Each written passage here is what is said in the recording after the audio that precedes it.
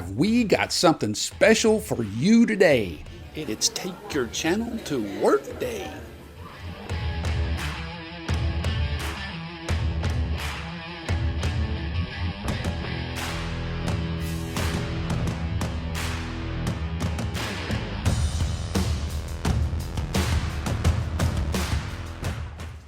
Hello again and welcome to The Humble Horologist. My name is Anthony and we're going to be taking a deep dive, pun intended, into some dive watch history today. And we're going to be doing it at my place of employment. The thing is I'm coming to you now doing this video in a regular studio because we were going to do it and we did it at the jewelry store, but the audio didn't come across very well.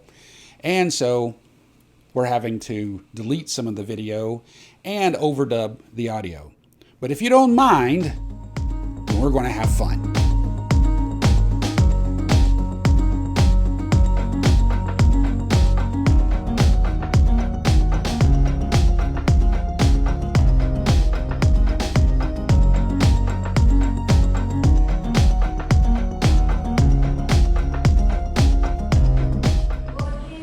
This is from the Bulova archive series, and it is not, believe it or not, a reissue.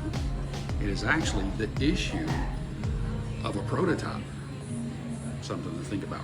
Back in December of 1955, the Bureau of Ships created Contract Specification Wristwatch Submersible Millships W2181 to meet an operational need for Navy divers.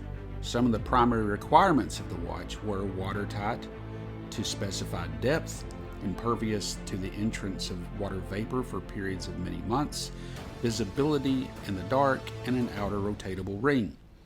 This may seem like nothing special when we consider modern dive watches, but back then timepieces were not very reliable underwater. The Navy needed something better. In 1957, Bulova, under the leadership of the legendary General Omar Bradley, submitted a watch for testing.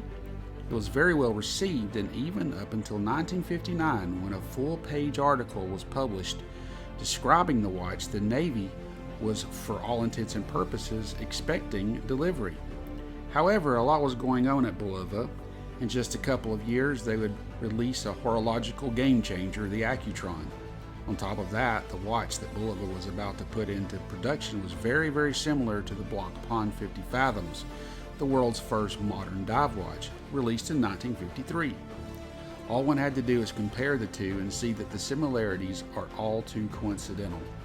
Not only do they look similar, but the Bulova millships conveniently offered all the groundbreaking innovations of the Blancpain, specifically the pressed-down rotating bezel and the double-gasketed crown that could be adjusted underwater without allowing water into the case.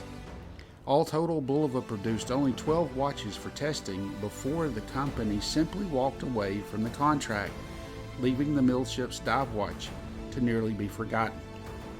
But fast forward to 2021, and what we have is the first time release of a watch design that was never produced for the public until now.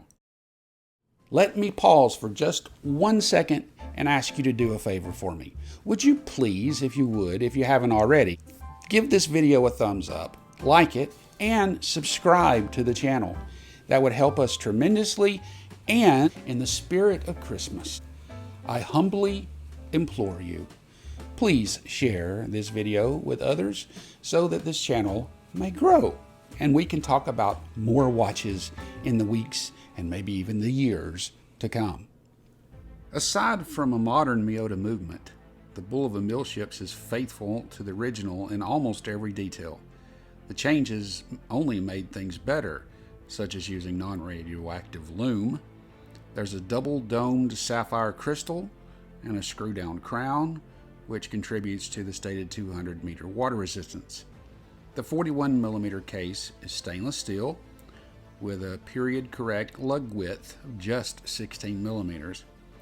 This watch comes with a finely woven nylon strap that'll handle the water and even a functional paper moisture gauge on the black dial.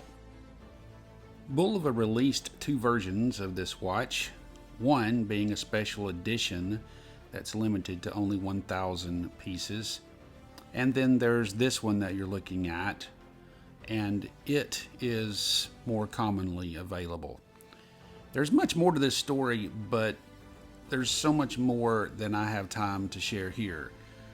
But one thing's for sure, knowing the history behind this timepiece should make acquiring one an absolute must for any serious watch lover or collector.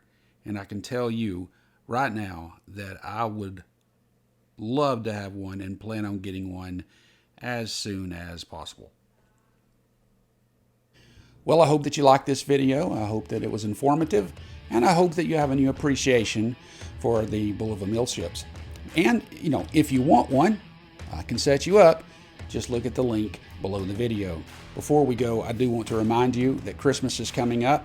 I hope that you got everything taken care of, and I hope that you're going to be celebrating Christmas for the real reason, and that is the birth of Jesus Christ. But in the meantime, remember this: watches are replaceable, but time is not.